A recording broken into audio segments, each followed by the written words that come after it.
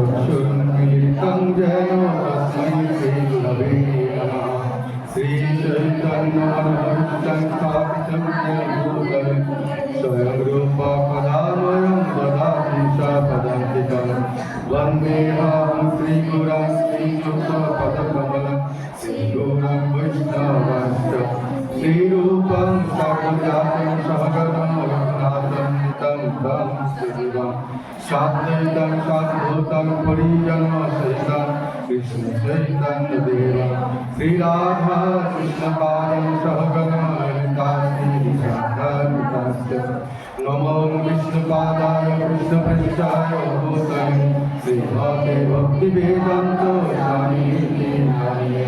नमस्ते सरस्वती देवी गौरवाणी प्रचारिणे निर्विशेषशून्यवादी पाश्चात्यदेशकारिणे। वाञ्छाकल्पतरुभ्यश्च कृपासिन्धुभ्यो एव च पतितानां पावनेभ्यो वैष्णवेभ्यो नमो नमः।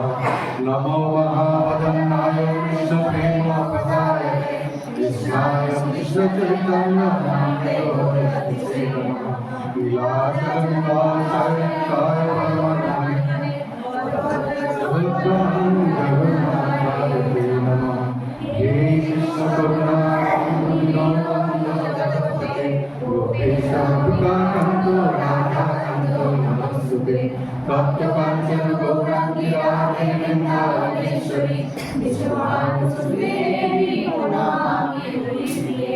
वृन्दावन तुलसी केशवसुतं विश्वभक्तिपरिदेवी सत्यवते नमो नमः। जय श्री कृष्ण चैतन्य प्रभु नित्यानंद श्री अद्वैत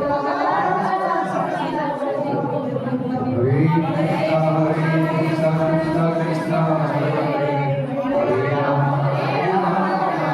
সকলে বলুন জোরে জোরে হরে কৃষ্ণ কৃষ্ণ কৃষ্ণ হরে হরে হরে রাম রাম রাম হরে হরে। আমার মাইকে আমার গলার আওয়াজ যেন না শোনা যায়, এত জোরে বলুন সবাই। আমার গলার আওয়াজ যেন হরে কৃষ্ণ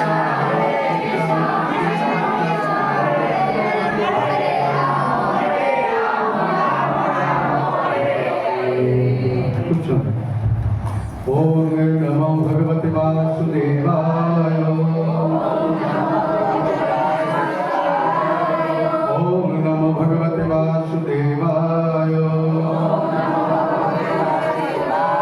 ओम नमो भगवते वासुदेवाय। नमस्कृतं नरं चैव नरोत्तमं देवीं सरस्वतीं व्यासं ततो जयमुदीरये। नष्टप्रायेषु भागवत सेवया भागवतोत्तमश्लोके भक्ति भवते विष्णुते। मूकं करोति वाचालं पङ्गुं लङ्घयते गिरिजनकातमहं वन्दे परमानन्दमाधवं। श्रीगुरुदिनकारिणं श्रीकृष्णचैतन्येश्वरम्। अरर्पितचरीं चिरातकरुणाय अवतीर्णकलौ समद्वैतमुन्नतोज्ज्वलरसं सभक्तिश्रियम्। हरिपूरकसुन्दरकृतिकदम्बसन्निहितः सदहृदयकन्दरे स्फुरितवायं शचीनन्दनम्। कृष्णपादाय कृष्णपृष्ठाय भूतले श्रीमते जगन्नाथाय नमो आचार्यपदाय निताय कृपापदाय निगौरपदाय वरुणोत्तम।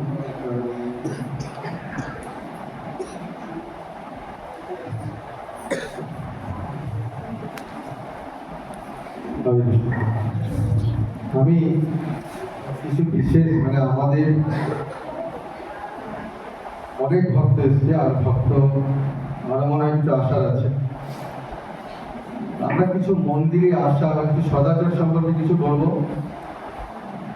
আরেকটা ঘোষণা আছে, ঘোষণাটা হচ্ছে আমাদের আজকে হচ্ছে রোববার, সোমবার, মঙ্গলবার। মঙ্গলবার হচ্ছে মাধবেন্দ্রপুরীর তিরোভাব দিবস।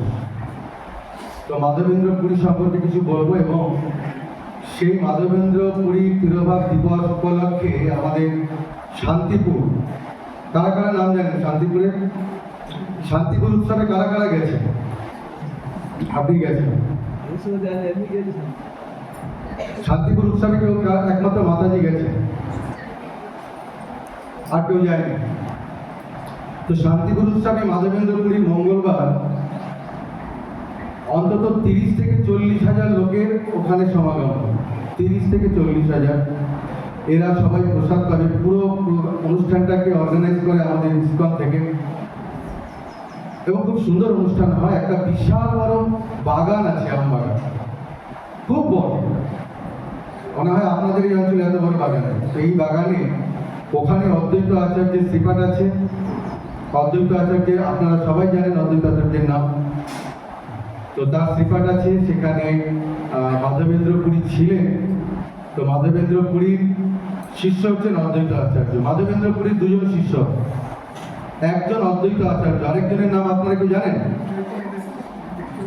নিত্যানন্দ প্রভু। দেখুন, দুজন শিষ্য, মানে অনেক শিষ্য, তার মধ্যে দুজন মহান শিষ্য, অদ্বৈত আচার্য, নিত্যানন্দ প্রভু, মানে দুজনই ভগবান। অদ্বৈত আচার্য ভগবান এবং নিত্যানন্দ প্রভু ভগবান। তো দুজন ভগবানের গুরু। মাধবেন্দ্রপুরী তার তিরোভাব দিবস। তো খুব সুন্দর অনুষ্ঠান, অনেক মানুষ যায় আমাদের ইসকনের। এত অঞ্চল থেকে অনেক মানুষ জানেন, তারা যায়। তো আমার যে ঘোষণাটা, মঙ্গলবার আপনারা যদি যেতে চান, যারা যারা যাবেন, এখান থেকে কাটোয়ার টিকিট ভাড়া কত? এই আমাদের অম্বিকা কালনা কাটোয়া থেকে 20 টাকা এখান থেকে অম্বিকা কালনা টিকিট ভাড়া। আর অম্বিকা কালনা থেকে আমাদের ঘাট পার হতে হবে, ওখান থেকে মানে 10 টাকা 5 টাকা 15 টাকা, মানে 10 টাকা হচ্ছে ঘাটে আর 5 টাকা হচ্ছে বেরোনো, 15 টাকা। তাহলে কত হলো? 20 আর 15 35 টাকা। ওখান থেকে উৎসব অনুষ্ঠান পর্যন্ত 30 টাকা। তাহলে 35, 30, 65 টাকা, 65, 130 টাকা। আমি আপনাদের খুব সহজ করে দিলাম, মানে সমস্ত ব্যাপারটা যে 130 টাকা খরচা হবে, কিন্তু পাবেন হয়তো কয়েক কোটি টাকা। বড় ব্যাগ নিয়ে যাবেন এবং সত্যিই পাবেন। তাই যারা যারা যেতে চাইবেন, মানে যেতে চান, তারা আমাদের মনে হয় 6টা 20 ট্রেন ধরলে খুব ভালো হবে, যত সকাল সকাল পৌঁছানো যাবে। 6টা 20 যদি না হয়, তাহলে সবাই মিলে ঠিক করুন 7টা 45। 7টা 45 কি যায়? করা যায়? তাহলে 7টা 45-এ গাড়ি কাটোয়া থেকে আমাদের অলোকবাবু লিড করবে। অলোকবাবু থাকবে, গৌরবাবু যাবেন, গৌরবাবু সাবমার্শাল। কে যাবেন? এখান থেকে কেউ হাত তুলুন, কে যেতে চায়? কারা? চিকু। তো ওই প্রভু যাবে একদিন, মানে আমরা যাবো, দুপুরবেলা আবার ফিরে আসবো। তো যারা যারা যেতে চান তারা ওই কাটোয়া স্টেশনে 7টা 45-এর গাড়ি, তারপরে ওখান থেকে এই অনুষ্ঠানটা যান। শুধু সংসারের বিভিন্ন কাজ আপনাকে ছাড়বে না। সংসারের বিভিন্ন কাজ, আপনাদের এই কাজ আপনাকে ছাড়বে না। কারো চাকরি, কারো কাজ, কারো এই, কারো সেই, কিন্তু আমাদের কাছে এই সময় নেই। এটা খুব খুব দুর্লভ এই জিনিসগুলো। তো যাই হোক, এই ঘোষণা করলাম, যারা যেতে চাইবেন তারা 7টা 45-এর গাড়িতে চলে যাবেন কাটোয়া। তার আগে যদি যোগাযোগ করতে চান, অলোকবাবুর সঙ্গে যোগাযোগ করবেন, আমাকে বলবেন, আমি বলে দেবো অলোকবাবুকে। আর আমি কালকে কলকাতা বেরিয়ে যাচ্ছি, কলকাতা একটা অনুষ্ঠান আছে করে, আমি ওখান থেকে কালকে শান্তিপুরে ঢুকবো, মানে মঙ্গলবার শান্তিপুরে ঢুকবো। তো সেখানে যারা যাবে ভক্তরা, তাদের সঙ্গে নিয়ে যাবে। আপনাদের ওখান থেকে যদি কোনো ভক্ত যেতে চায় ওটা বলবেন, ঠিক আছে? হ্যাঁ, বলে দেবেন। তো যাই হোক, এটা একটা ঘোষণা। এবারে আমরা মন্দিরে প্রবেশ করবার পরে আগে ভগবানকে গিয়ে প্রণাম করা না, আগে প্রণাম করতে হবে মন্দিরের দরজাতে। যে কোনো মন্দিরে প্রবেশ করবেন, মন্দিরের দরজাতে আগে বৈষ্ণব প্রণাম করা হবে। বৈষ্ণব প্রণাম আপনারা জানেন তো? অনেকেই জানেন এখানে। বাঞ্ছা কল্পতরুভ্যশ্চ কৃপা সিন্ধুভ্যেব চ পতিতানাং পাবনেভ্যো বৈষ্ণবেভ্যো নমো নমঃ। তো বৈষ্ণব প্রণাম মন্দিরে ঢোকার আগে, মানে ঢুকতে আগে বৈষ্ণবদের প্রণাম হবে। বৈষ্ণব প্রণামের পরে, তারপরে আমাকে ভগবান প্রণাম করবে। প্রভুপাদকে, বৈষ্ণব প্রণামের পরে আমাদের প্রভুপাদকে প্রণাম করবেন, নিজের গুরুদেবকে প্রণাম করবেন, তারপরে ভগবানকে প্রণাম করবেন। সবার লাস্টে করলে হবে ভগবান, কিন্তু আগে বৈষ্ণব প্রণাম মন্দিরে ঢুকে, আর মন্দিরের মধ্যে ভগবানের সামনে আর কাউকে প্রণাম করা যাবে না। ভগবানের সামনে আর কাউকে প্রণাম করা যাবে না। আমি অনেককেই দেখছি এসে এসে প্রণাম করছেন, আমি এটা অনেককেই বলেছি যে না, প্রণাম করা যায় না ভগবানের সামনে। তো আমি আজকে ঘোষণা করে বললাম, আমি থাকি আর যেই থাকুক, সন্ন্যাসী থাকলেও যদি কোনো সন্ন্যাসী আছে, আপনারা সবাই ভগবানের সামনে প্রণাম করছেন, না করা যাবে না, অপরাধ। কারণ ভগবানের থেকে কেউ শ্রেষ্ঠ না, তাই কাউকে প্রণাম করা যাবে না। তাহলে করা যাবে কাকে? একমাত্র নিজের গুরুদেবকে। নিজের গুরুদেব, তাকে ভগবানের সামনে প্রণাম করা যায়। বোঝা গেল কেন গুরুকে প্রণাম করা যায়? কারণ গুরু কৃষ্ণ রূপ হয় শাস্ত্রের প্রমাণে, গুরু রূপে কৃষ্ণ কৃপা করেন ভক্তগণে। তাই নিজের গুরুদেবকে প্রণাম করা যায়, কাউকে না। আপনারা এসে প্রণাম করছিলেন, আমি তাই বারবার বলছি যে এর আগেও বলেছি, কখনো কাউকে না, কেউ না। ওই যে বললাম কোনো সন্ন্যাসী আছে, অনেক নাম, বিশাল ব্যাপার না, শুধুমাত্র নিজের গুরুদেবকে বাঞ্ছা কর্ম করে দেবেন, দূর থেকে দণ্ডবাদ প্রণাম করে দেবেন, কিন্তু ব্যক্তিগতভাবে আমরা কখনো কাউকে ভগবানের সামনে প্রণাম করতে পারি না। আর কিছু সদাচার আমি আগেও বলেছিলাম, এটা আমার এখানে ক্লাসে আমি বলেছিলাম নহাটায়, সেটা হচ্ছে বৈষ্ণবীয় আচরণের মধ্যে আমরা দেখছি অনেকে পায়ে হাত দিচ্ছে, বসে পায়ে হাত দিচ্ছে, হাত দিয়ে আবার সেটা মালায় হাত দিচ্ছে। আমি আমাদের মন্দিরের ভক্তদেরকেও দেখছি এখানে। তো এগুলো আমাদেরকে ভীষণভাবে খেয়াল রাখতে হবে, আমরা অপরাধ থেকে বাঁচব। এগুলো সেবা অপরাধের মধ্যে পড়ে। নাকে হাত দেওয়া, কানে হাত দেওয়া, এগুলো হাত দিলে আমাদের হাত ধুতে হবে, হাত দিলেই আমাদের হাত ধুতে হবে। এগুলো বৈষ্ণবীয় আচরণ। এগুলো আমরা খুব খেয়াল রাখবো যাতে আমাদের কোনো অপরাধ না হয়। আর বিভিন্ন অপরাধ থেকে যদি আমি বাঁচতে পারি, তাহলে আমার ভক্তির যে চেতনা, এই চেতনাটা আমার অনেক শুদ্ধি হয়। আমি ভগবানকে বুঝতে পারবো। এই যে আমরা এখন বলি যে আমাদের মধ্যে পরমাত্মা আছে, কিন্তু পরমাত্মা আছে আমরা কি করে বুঝতে পারি? আমরা বুঝতে পারি পরমাত্মা কোথায় আছে, খুঁজে দেখতে হবে, জামার বোতামটা খুলে দেখি কোথায়, না হলে ডাক্তারের কাছে গিয়ে একটু কেটে দেখবো পরমাত্মা কোথায়। তো পরমাত্মাকে দেখা, কিন্তু পরমাত্মা আছে, কারণ পরমাত্মা যে আকারে আছে, সে আকারটা কত বড়? চিকু,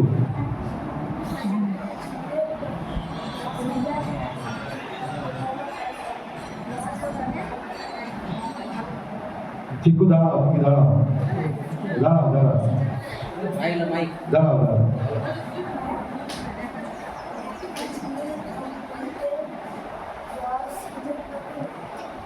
আপনারা দেখুন, ভক্ত কতটুকু বয়স হলো, মানে 3.5 বছর বা 4 বছর বয়স, 8 বছর বয়স। তাও ধীরিতে পড়ে না, ধীরিতে না পড়ে, আচ্ছা এটা ভুল হয়ে গেছে। তো দেখুন, আজকে কে কে জানতেন এই কথাটা? 3 জন, 4 জন, 5 জন, 6 জন, 7 জন, 8 জন, কিন্তু বলার সাহস তো কেউ পেলেন না। তো এটা হচ্ছে শিশু মন। এদের মন নির্ভীক হয়। কেন নির্ভীক হয়? ও পাপ মুক্ত, তাই ও নির্ভীক। তাহলে আমরা ভয় পাচ্ছি কেন? আমাদের কোনো এই রে যদি কিছু ভুল বলে ফেলি তাহলে তো আমাকে সবাই হাসবে, তাই আমরা বলতে ভয় পাচ্ছি, কিন্তু ও ভয় পেল না। তো বালাগ্র শতভাগস্য সর্বদা কল্পিতস্য চ, আমাদের চুলের অগ্রভাগে 10,000 ভাগের 1 ভাগ পাবো, কিছু খুঁজে পাবো না। তো পরমাত্মা আছে, কিন্তু পরমাত্মার উপলব্ধি আমরা কখন পাবো? যখন আমাদের এইভাবে আমাদের শুদ্ধাচার করতে করতে আমাদের চেতনা শুদ্ধ হবে, তখন আমরা প্রকৃত অনুভব করবো যে না, পরমাত্মা আমার সঙ্গে আছে। আমার সঙ্গে মানে কার সঙ্গে? জীবাত্মার সঙ্গে পরমাত্মা আছে, এবং তিনি অনন্ত কোটি জন্ম। যাই হোক, আমরা এই সদাচারগুলো করবো। আজকে আমি 2টো শ্লোকের উপর একটু আলোচনা করবো গীতা। আমি কিছুদিন ধরে এটা বলবার চেষ্টা করছি যে আমাদের ভক্তির শক্তি আছে, ভক্তির ভয়ঙ্কর শক্তি আছে। আজকে যদি সত্যি সত্যি আমি ভক্তি করি, মানে সত্যি ভক্তিটাকে বুঝতে পারি, তাহলে আমি এত শক্তি অর্জন করব যে আমি এই পৃথিবীর রাজা হতে পারি, এই পৃথিবীর রাজা হতে পারি। वाचो वेगम मनुष्य क्रोध वेगम जिह्वा वेगम उदर उपस्थ वेगम एतानो वेगम ज विष होते दिनो सर्वमादिनाम पृथ्वी सशिष्यत। তো ভক্তি আমাকে শেখায়, এখানে বলছে বাক্যের বেগ, মনের বেগ, ক্রোধের বেগ, আমাদের এগুলো আছে না? আমরা বলি কথা কিন্তু কি বলছি জানি না।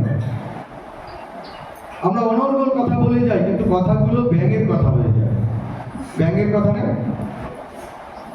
ব্যাঙ জানেন সারাদিন ট্যাকর ট্যাকর ট্যাকর ট্যাকর করে, ও ঠিক জায়গায় ছিল, কেউ ওকে কোনো ডিস্টার্ব করছিল না, ও ব্যাগ ব্যাগ ব্যাগ ব্যাগ করে ডাকে। কাকে ডাকে? সাপকে, মানে নিজের মৃত্যুকে ডাকে। আমরা ওইরকম এত কথা বলি, অবান্তর কথা, যে আমার মৃত্যুকে আরো কাছে ডেকে আনে। তাই বলছে বাচো বেগম, মানে কথার বেগ, মনুষ্য ক্রোধ বেগম, মনের বেগ। মন তো আমাদের অনেক অনেক চঞ্চল, তো মনকে দমন করবো কিভাবে? তো সেগুলো আমরা ভক্তির মাধ্যমে শিখবো। মনের বেগ, জিহ্বার বেগ, আমাদের জিহ্বা দোকানে ঝোলানো অনেক কিছু দেখে তাকায় আর সেগুলো মনে হয় হায় হায় খেতে পাচ্ছি না। আমার তো ভীষণ মনে হয়, আপনাদের মনে হয় কিনা জানি না, হায় কবে সেই খেয়েছিলাম, এখন আর খেতে পারি না। কিন্তু আমি দমন করে রাখি, কেন? আমার জিহ্বার বেগকে দমন করছে। উদর উপস্থ বেগ, উদর মানে খুব ভালো প্রসাদ হয়েছে, খুব পেট ভরে খাওয়া, বা যে কোনো ভালো খাবার একদম পেট ভরে খেতে পারছি না, আচ্ছা আর দুটো দিন। তো উদরের বেগ মানে আমি যত পারবো খেতে পারি না।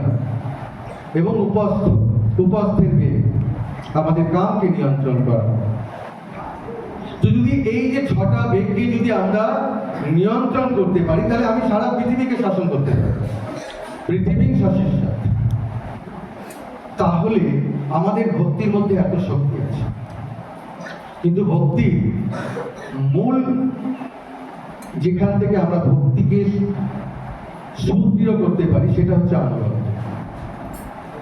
আমাদের গীতা, শ্রীমদ্ ভাগবত গীতায় 4th অধ্যায় 34 নম্বর শ্লোক, যারা গীতা পড়েন তারা জানেন, তদ্বৃদ্ধি প্রণিপাতেন পরিপ্রশ্নেন সেবয়া উপদেক্ষান্তিতে জ্ঞানম জ্ঞানিন্নস্তত্র দর্শন। তা আমি শ্লোকটাকে একটু ভেঙে ভেঙে বলি, আপনারা চেষ্টা করুন আমার পরে পরে বলা। তদ্বৃদ্ধি প্রণিপাতেন পরিপ্রশ্নেন সেবয়া উপদেক্ষান্তিতে জ্ঞানম জ্ঞানিন্নস্তত্র দর্শিনাম। সংস্কৃত শ্লোক, এত শক্তি আছে এর মধ্যে, প্রচুর শক্তি। আর ভগবান স্বয়ং যে কথা বলেছে, তার মানে এই শ্লোকটা যখন আমরা উচ্চারণ করলাম, স্বয়ং ভগবান আমাদের মধ্যে আশ্রয় করলেন। এই শ্লোকটার অর্থ হচ্ছে যে তদ্বৃদ্ধি প্রণিপাতেন, একজন শিষ্যের যোগ্যতা কি হবে? শিষ্য মানে কে? যে দীক্ষা নিয়েছে সেই শিষ্য?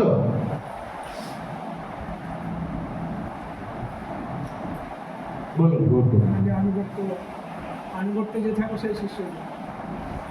শিষ্য হচ্ছে যে আনুগত্য স্বীকার করে। শিষ্য দীক্ষা হলে শিষ্য হয় না,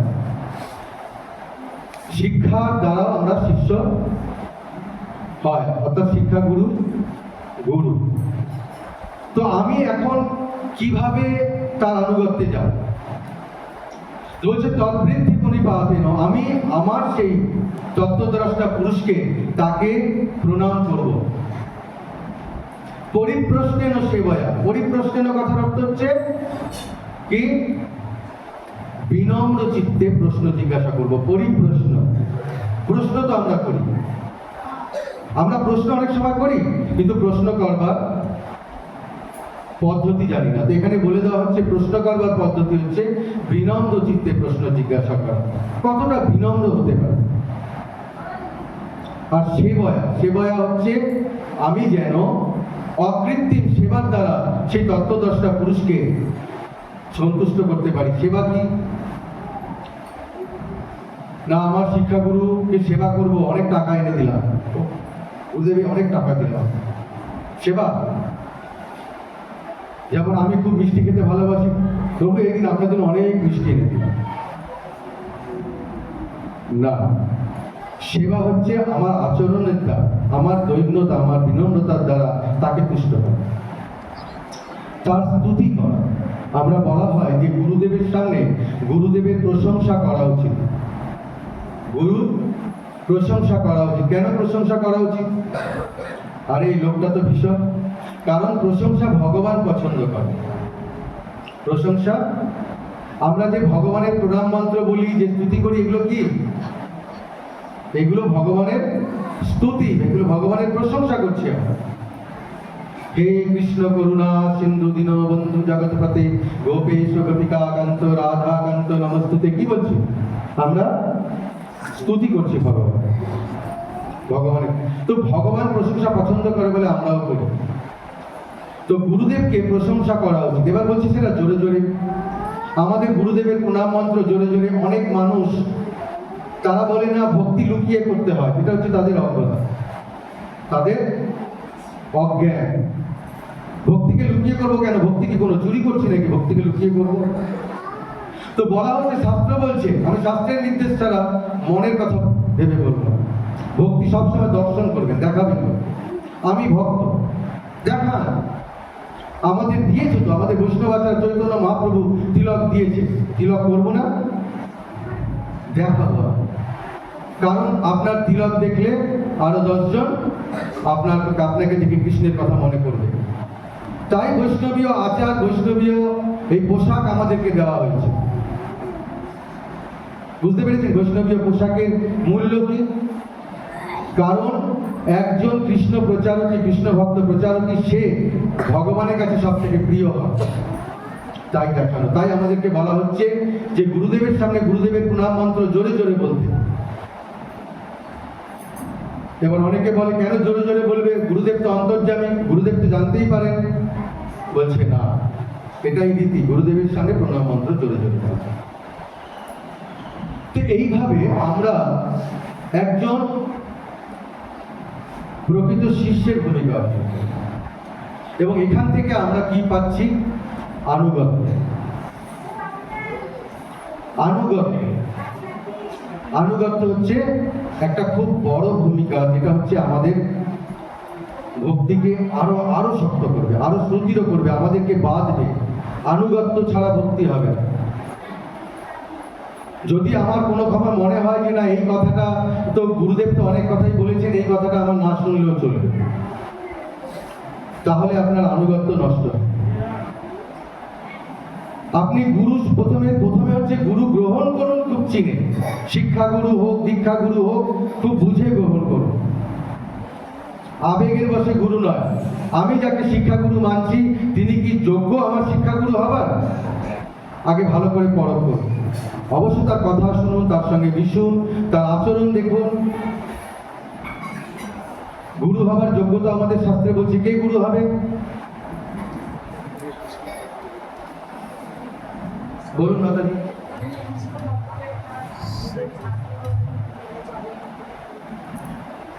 হ্যাঁ, উনি দুটো গুরুর দুটো যোগ্যতা বলেছেন। একটা হচ্ছে কৃষ্ণ তত্ত্ববেত্তা, আর শাস্ত্র মেনে চলো।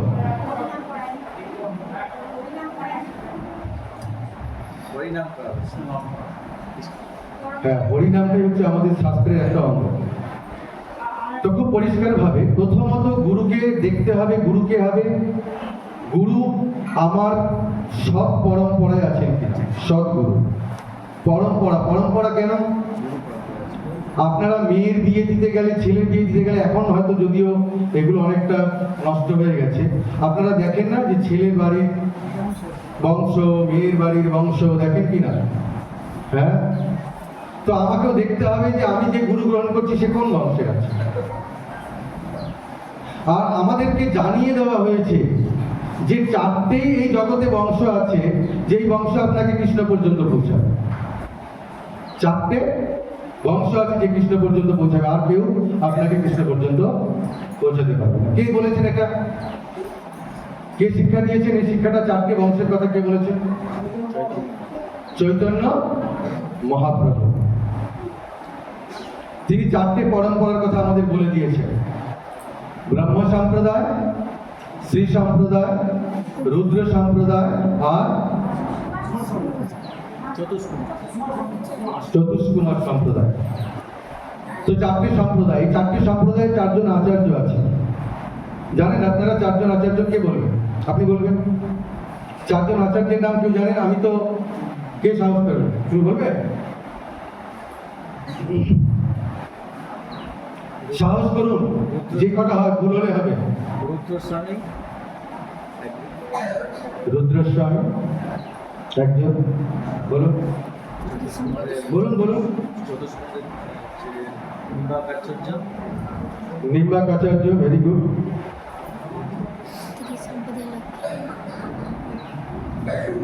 আমাদের সম্প্রদায়ের আচার্যকে মাধ্যাচার্য। আরেকজন সম্প্রদায় আচার্যের নাম বলুন, একজনই বাকি আছে। মাধ্যাচার্য হচ্ছে আমাদের মাধ্যাচার্য, আর মাধবাচার্য আরেকজন আছেন। তোমার আরেকজন আচার্য হচ্ছে রামানুজ আচার্য। তো চারটে আচার্যের নাম আসলো আমাদের কাছে: রুদ্রস্বামী, নিম্বাকাচার্য, মাধ্যাচার্য আর রামানুজ আচার্য। এই চারটে আচার্য আছে আমাদের এই চারটে সম্প্রদায়। তো রুদ্রস্বামী হচ্ছে আমাদের কার আচার্য? এই রুদ্রস্বামী না, সরি, বিষ্ণুস্বামী। রুদ্র সম্প্রদায়ের আচার্য হচ্ছে বিষ্ণুস্বামী। তো বিষ্ণুস্বামী হচ্ছে রুদ্র সম্প্রদায়ের আচার্য। আমরা চারটে পরম্পরা বলেছিলাম। রুদ্র সম্প্রদায়, তার আচার্য হচ্ছে বিষ্ণুস্বামী। আর নিম্বাক আচার্য, তিনি হচ্ছেন কুমার সম্প্রদায়ের আচার্য, চতুষ্কুমার সম্প্রদায়। আর মাধ্যাচার্য হচ্ছে আমাদের সম্প্রদায়ের আচার্য। আমাদের সম্প্রদায় বলতে আমি বলছি সেটা। আর মাধ্যাচার্য হচ্ছে ব্রহ্ম সম্প্রদায়ের আচার্য। আর আরেকজন হচ্ছে রামানুজ আচার্য, তিনি হচ্ছেন শ্রী সম্প্রদায়ের আচার্য। এই চারটে বংশ আছে আমাদের, চারটে পরম্পরা, এর মধ্যে আমাদেরকে থাকতে হবে। আর বাকি সব আউল বাউল অপসম্প্রদায়। বাকি সব অপসম্প্রদায়, অপৌঁছবো না। তাহলে আমাদের সম্প্রদায়ের, আমাদের যদি কেউ জিজ্ঞাসা করে যে তোমাদের সম্প্রদায়ের নাম কি, শিক্ষু বলে দিয়েছিল। আমাদের যদি কেউ আমাদের সম্প্রদায় জিজ্ঞেস করে, তাহলে আমরা বলবো ব্রহ্মমাধ্য গৌড়ীয় সম্প্রদায়। গৌড়ীয় সম্প্রদায় কেন, সেটা পরে কোনোদিন আলোচনা করবো, এখন আমি এর মধ্যে ঢুকবো না। তো আমরা এইভাবে আমাদের চারটে পরম্পরা মধ্যে আমরা থেকে, অর্থাৎ প্রথম আমরা গুরুর যোগ্যতা কি দেখব, গুরু আমাদের এই সব পরম্পরায় আছেন কিনা। এবং যেটা বললেন, গুরুদেবকে গীতা ভাগবতের অনুযায়ী শিক্ষা দিতে হবে। গীতা ভাগবত অনুযায়ী শিক্ষা দিতে হবে। আর শুধু শিক্ষা দিলেই হবে না। ধরুন আমি এখানে বসে খুব ডায়লগবাজি করে যাচ্ছি, আর আমি আচরণ করছি সব উল্টো পাল্টা। হ্যাঁ, একদিন কেউ আমাকে দেখছে, আরে আমাদের প্রভুকে দেখলাম কাটোয়ায় বিরিয়ানির দোকানে হঠাৎ লুকিয়ে লুকিয়ে বিরিয়ানি খাচ্ছে। তারপরে কেউ একদিন দেখলো, না না প্রভুকে দেখেছি এগ রোল খাচ্ছিল, একদিন দেখেছি। তো গীতা ভাগবতের অনুযায়ী শিক্ষা দেবো এবং নিজেকে আচরণ করতে হবে, গুরুকে নিজেকে আচরণ করতে হবে। আর যেটা হচ্ছে, যেটা মাতাজি বললেন, কৃষ্ণ তত্ত্ববেত্তা। যে কৃষ্ণ তত্ত্ববেত্তা সেই গুরু হয়। কোনো জাতপাত আছে কি? কিবা বিপ্র কিবা নাসি শূদ্র কেন নয়, যে কৃষ্ণ তত্ত্ববেত্তা সেই গুরু হয়। এখন প্রশ্নটা আমার এখানে, যে তত্ত্ববেত্তা কে? কৃষ্ণ তত্ত্ববেত্তা কে?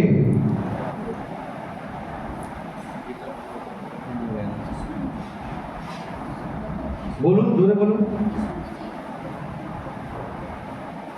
না। কৃষ্ণ তত্ত্ববেত্তা কৃষ্ণ সম্বন্ধীয় জ্ঞান, কৃষ্ণ কৃষ্ণ তত্ত্ব, কৃষ্ণকে জানা।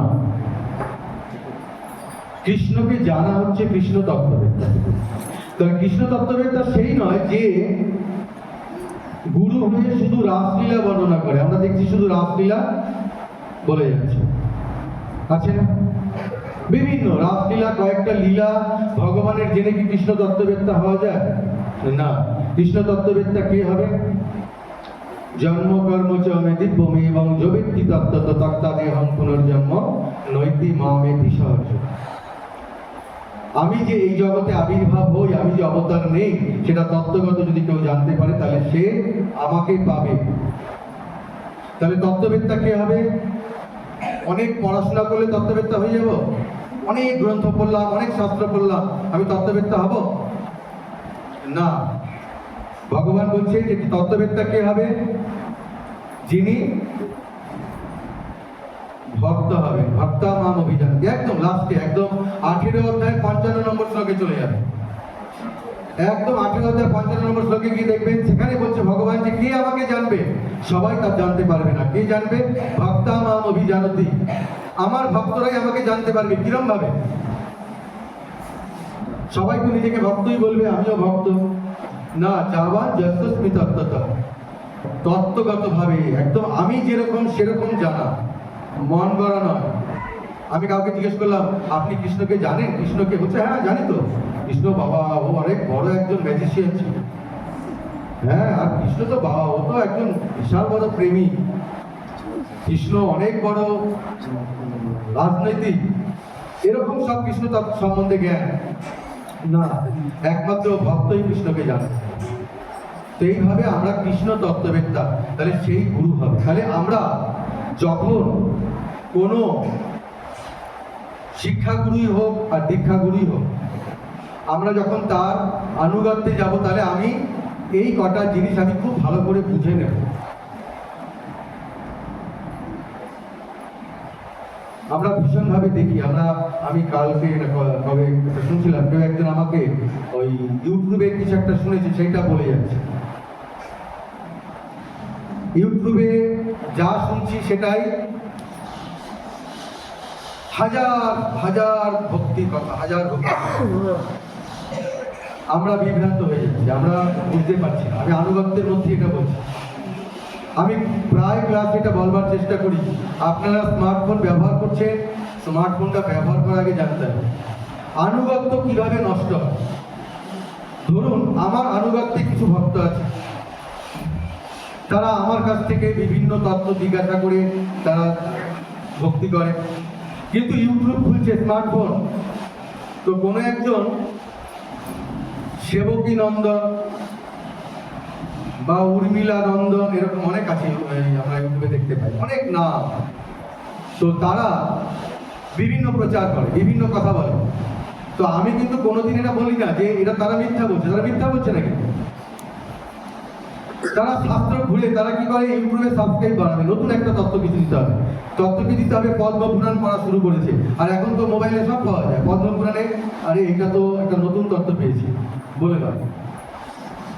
তো আমি ইউটিউবে দেখলাম যে আরে বাবা, এই যে ভক্তটা একটা সুন্দর তত্ত্ব বলছে। আরে এই তত্ত্বটা তো আমার গুরুদেব তো বলেনি, আমাদের প্রভু তো আমাদেরকে এই তত্ত্ব শোনায়নি। তো তার মনটা কি হলো, একটুখানি আমার প্রভু এটা মনে হয় জানে না, তো ঠিক আছে। তারপরে আবার আরেকটা তত্ত্ব পেলাম, আরেকটা তত্ত্ব পেয়ে তখন আমার মনে হলো হ্যাঁ, এটাও তো আমার প্রভু আমাকে বলেনি। এবারে কি হচ্ছে, এই যে তখন প্রভুর এরকম দুটো তিনটে পাওয়ার পরে তখন প্রভুর সম্পর্কে আস্তে আস্তে যে আমার প্রভু অতটা জানে না, জানে অল্প অল্প জানে, কিন্তু অতটা জানে না। তো কি হলো, আমার এখান থেকে যখনই এটা হলো তখন আমার আনুগত্য কমে গেল। এই আনুগত্য আমি বুঝতেও পারবো না, আমার আনুগত্য কমে গেল। আমি মুখে বলবো কিন্তু আমি আনুগত্য দেখাবো,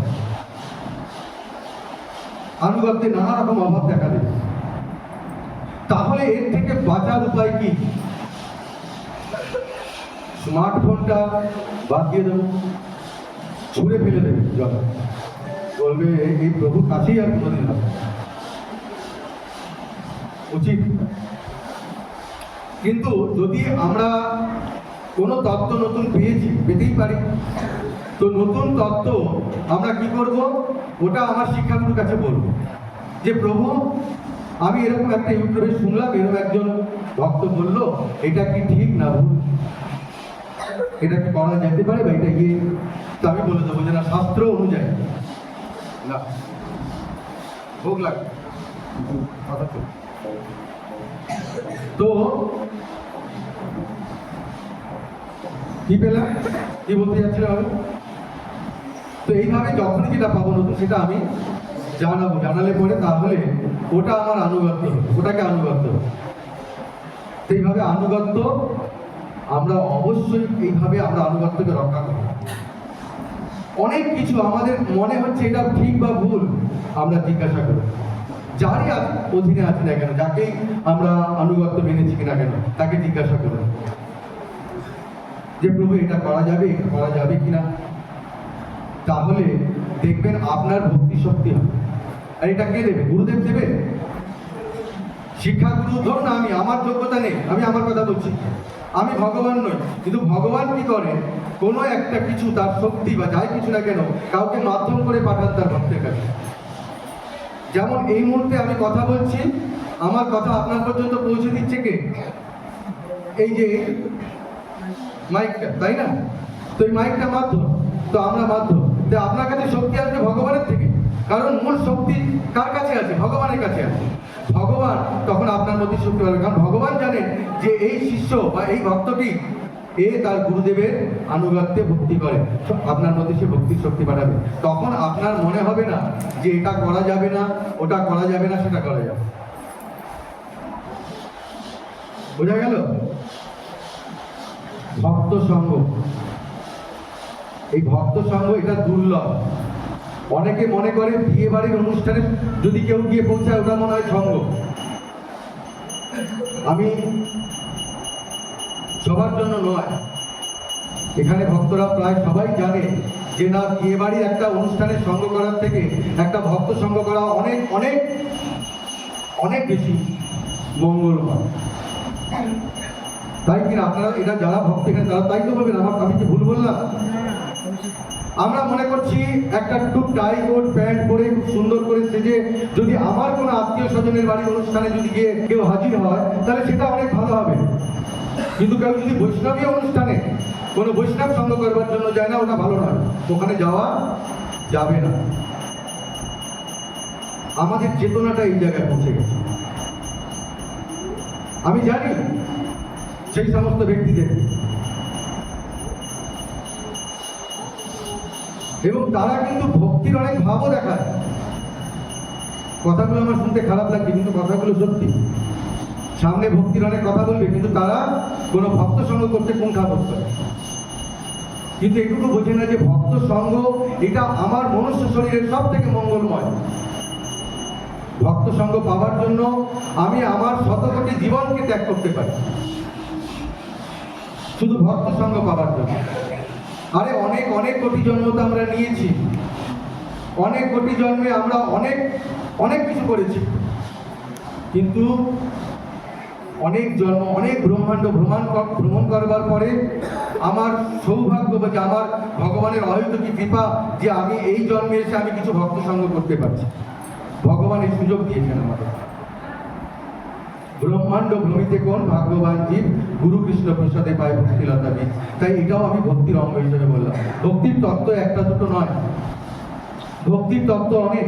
তো আমি এই ভক্তির তত্ত্বকে আমি জানাতে চাইছি, শুধু লীলা নয়, ভগবানের লীলা শ্রবণ নয়, আমি এইটাকে জানতে মানে আমি প্রচার করতে চাইছি বা আমি বলতে চাইছি যে আমরা ভক্তির অল্প অল্প সিদ্ধান্ত আমরা যেন প্রত্যেকটা নিত্য আমরা এটাকে শ্রবণ করতে পারি। তাই আমরা এখানে আমাদের নহাটা মন্দিরে আমরা একটা গীতার ক্লাস, গীতার মাধ্যমেই আমরা করবো, কারণ গীতার শিক্ষাটাই আমাদের মূল শিক্ষা। তাই গীতার মাধ্যমে আমরা একটা প্রত্যেক রোববারে আমরা বিকেল 3টে থেকে এটা আমরা আলোচনা করেছি। আজকে দেখুন অনেক দূর থেকে দেবরাজ, এই যে আমাদের পরিমল প্রভু, এরা এসছেন এই গীতার ক্লাস করতে। এখানে আরো কিছু ভক্ত আছে, আমাদের এই মাতাজিরাও প্রায় প্রতি সপ্তাহে আসছে। আজকে একটা অনুষ্ঠান, তাই আমি আজকে এই ক্লাসটাকেই আমি আজকে করে সবার জন্য আজকে আমি এটাকে বললাম। তো আমাদের প্রত্যেক রোববার এখানে 3টে থেকে স্পেশাল কিছু ক্লাস হবে, স্পেশাল।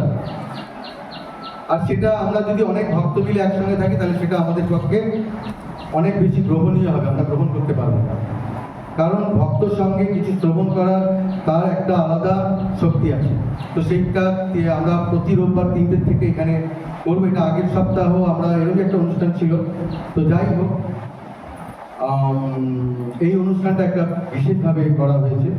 এটা কোনো অন্য কোনো উপলক্ষে নয়। আমরা যেটা শ্যামবাজারে যে আমরা নিত্যানন্দ ত্রয়োদশী উপলক্ষে যে অনুষ্ঠানটা করেছিলাম, সেই অনুষ্ঠানটা হয়ে যাওয়ার পরে আমরা কিছু ভক্ত, আমরা যারা খুব কাছাকাছি যে ভক্তরা আছি, আমরা এক জায়গায় হয়ে একটুখানি আমরা এটাকে আমরা কি বলে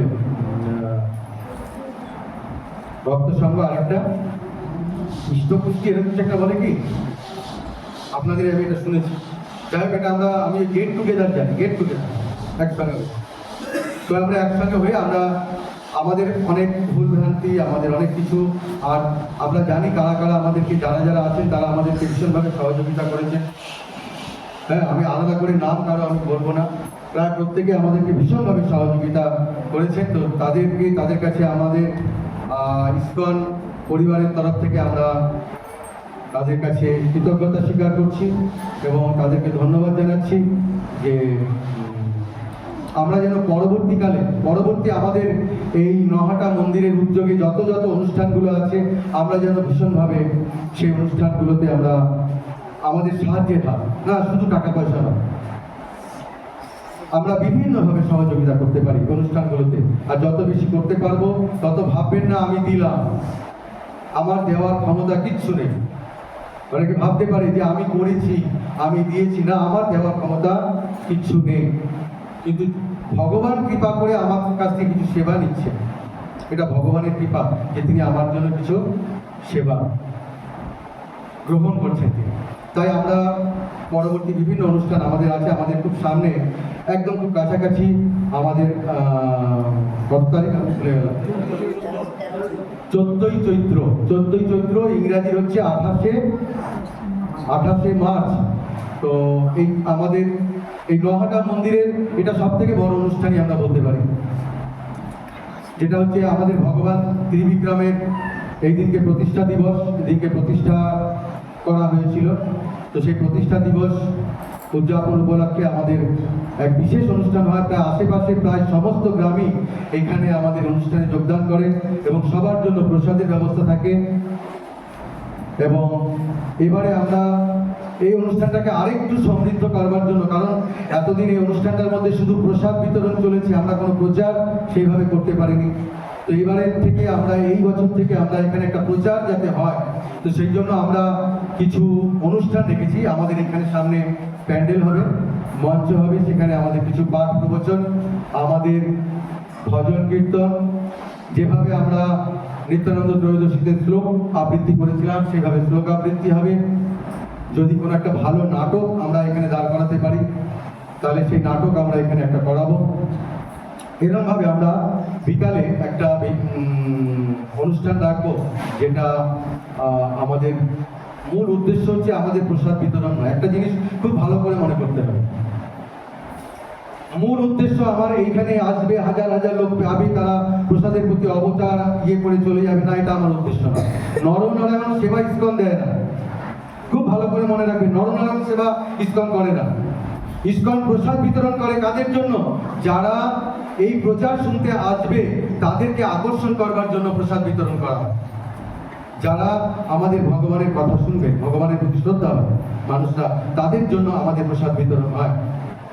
তো আমরা অবশ্যই এটাকে মাথায় রেখে আমরা প্রচারকে আমরা মূল হাতে রাখবো, যাতে আমরা এত বড় একটা অনুষ্ঠান, আজকে কত ভক্ত অনেক পরিশ্রম করবে, আমি জানি পরিশ্রম তো আজকে থেকে না, আজকে 2 মাস আগে থেকে পরিশ্রম শুরু হয়ে গেছে।